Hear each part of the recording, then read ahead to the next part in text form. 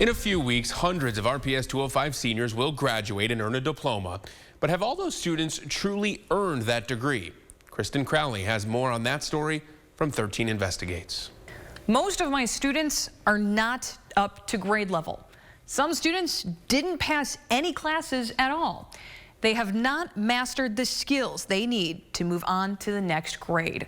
These are RPS 205 teachers talking about their students who did not meet grade requirements, but still got passed to the next grade. The question is how and why, and what kind of impact is this having on Rockford? 13 Investigates looks into a lack of student retention and the problem of students failing the grade.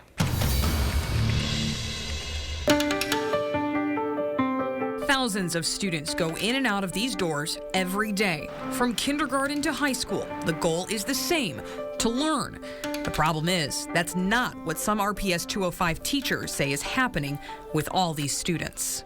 Many kids pass on failing 2 classes, maybe even 3 classes. John Bramall teaches science at Lincoln Middle School and says anywhere from 10 to 40% of his students are not academically ready for his class. Is students coming into your classroom not academically prepared for that grade level one of the biggest problems you face as a teacher?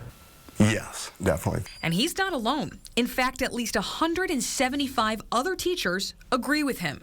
They told us so in this anonymous survey. 13 Investigates sent a 10-question survey to every teacher at RPS 205. We asked if they thought students moving on to the next grade level when they're not ready is a problem. 240 teachers responded, and nearly 75% of them say it is. We asked the teachers to go into detail about the issue. One middle school teacher wrote, "Students come to me way below grade level, and it is unrealistic to think that I can bring many of them up to grade level before they leave me." An elementary teacher wrote, "Most of the students that I want to retain could not write their name by the end of the year." And another wrote, "Some students are so academically low, sending them to the next grade unprepared feels wrong." 23% of the teachers we surveyed say they've had more than 20 students they've wanted to retain, but the student moved on to the next grade anyway. But if teachers think a student shouldn't be moved on to the next grade because academically they're not ready, why are those kids getting promoted? I've recommended that some specific students should probably be retained because they definitely don't have the skills to go on to high school. I've recommended that to counselors before in the past and administration. I don't know if anything ever happened. I mean, the students did get passed on. So they did get passed on. They did. When we asked teachers in our survey about retaining students, it's just not done, said one teacher. I've been told retention requests are applied to with a blanket no.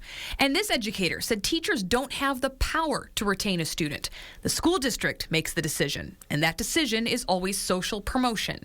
Superintendent Aaron Jarrett says that's not true. There's no district-wide pressure to pass a student in a particular class. That is not something we do as a district. Why is a kid who's in 5th grade, 6th grade, 7th grade who can't read or write, why are they in that grade in the first place? Because the question comes down to why can't they read or write? Is it because they have a learning at that level?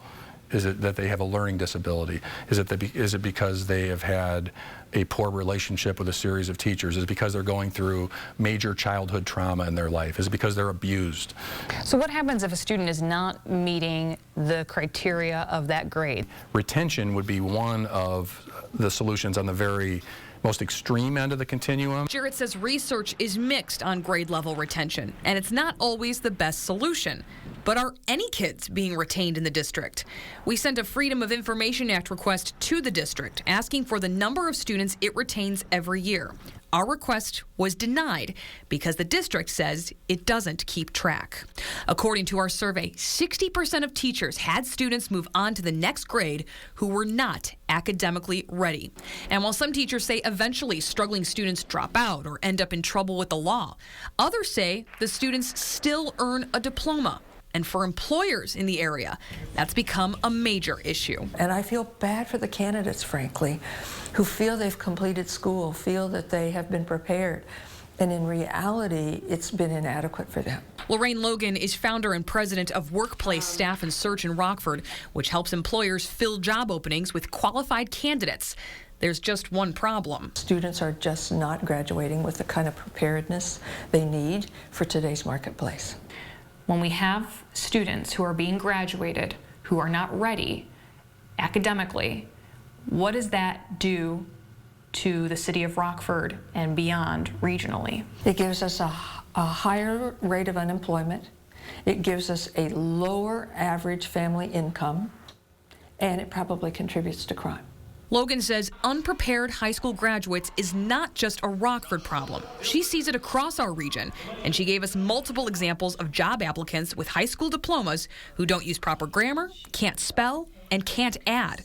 One girl said she was an RPS 205 graduate, and her cover letter was riddled with errors. And this person has a degree. And should this person have a degree? No. We showed Jarrett the same example. I guaranteed an 8th grade year, July 2010, she means graduated. And she has a high school diploma. And the workplace said, looking at this, she shouldn't. She should not have a diploma. What are your thoughts on that?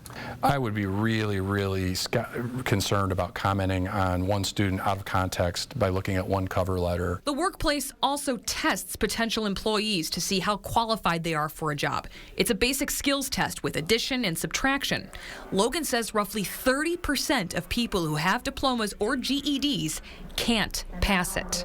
We did an interview with the workplace in Rockford, and they said about 1/3 of people who come in looking for help finding a job, of those 1/3 that have high school diplomas, are virtually unemployable. Wow. They don't know reading, they don't know basic math, they don't know how to use a ruler. Some of those people are RPS 205 graduates. A school district, we are a representation of our community, and if we have students that are not all 100% ready for college and career, then we need to work together as a community at all levels of the education continuum, from birth to career, to try to find out where those gaps are to solve them. And as a school district, and as the leader of the school district, I want to make sure that we do everything we can to be part of those partnerships. Bramall says there is something more the district could do.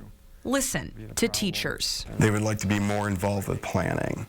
They would love their voice to be heard when it comes to student needs and problems that are happening in the classrooms and in the hallways in the schools. Hoping that when students walk in these doors, they walk out with a good education. It's worth noting there are more than 1,800 teachers in the school district. Many reached out to 13 Investigates, saying they didn't take the survey because they were afraid of backlash from the district. As we mentioned earlier in the story, this issue is not unique to Rockford. 13 Investigates is working on similar stories in every major school district in our area.